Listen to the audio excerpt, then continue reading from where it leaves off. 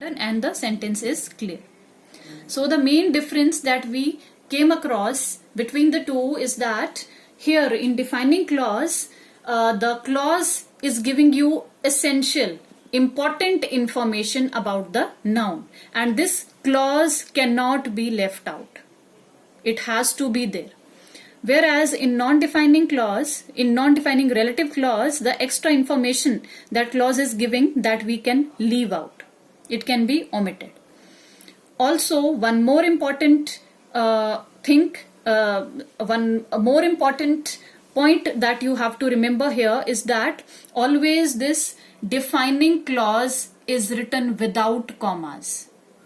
You can see here there is the boys, comma, who were tired, comma.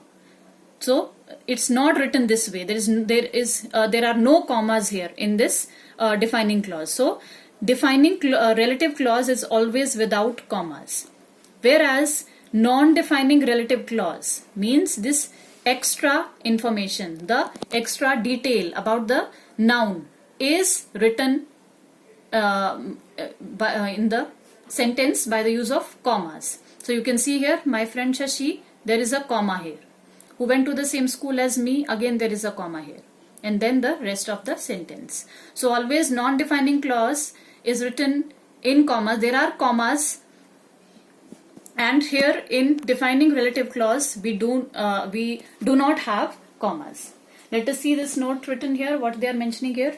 In defining relative clauses, the pronouns who, which and whom are often replaced by that in spoken English. In non-defining clauses, you cannot use that instead of who, which or whom.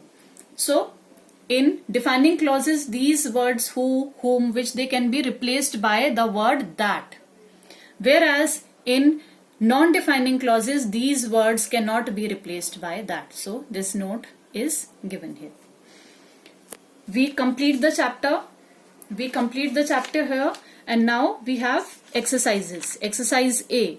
Here you have to fill in the blanks with self pronouns and tell whether they are reflexive or emphasizing. You have to fill the exercise with these pronouns and you have to identify whether this pronoun is emphasizing or reflexive. Here, here you have to identify the defining and non-defining relative clause. And here you have to join the sentences with help of a relative clause. So as I told you earlier, these exercises we will not discuss here. I will be sending you the chapter as well as the answers, so that the chapter is clear to you. If it is not properly visible here, if the sentence is not visible, that will help you out the whole chapter along with the answers. So you can first of all complete the exercise yourself and then you can match with the answers that I send you. Okay, we will stop here, and in the next class we will take up with the first chapter of your vocabulary, and that is also the part of your unit test. So we will complete that in first chapter, in the next video, the first chapter of your vocabulary. Okay, this much for today. Thank you.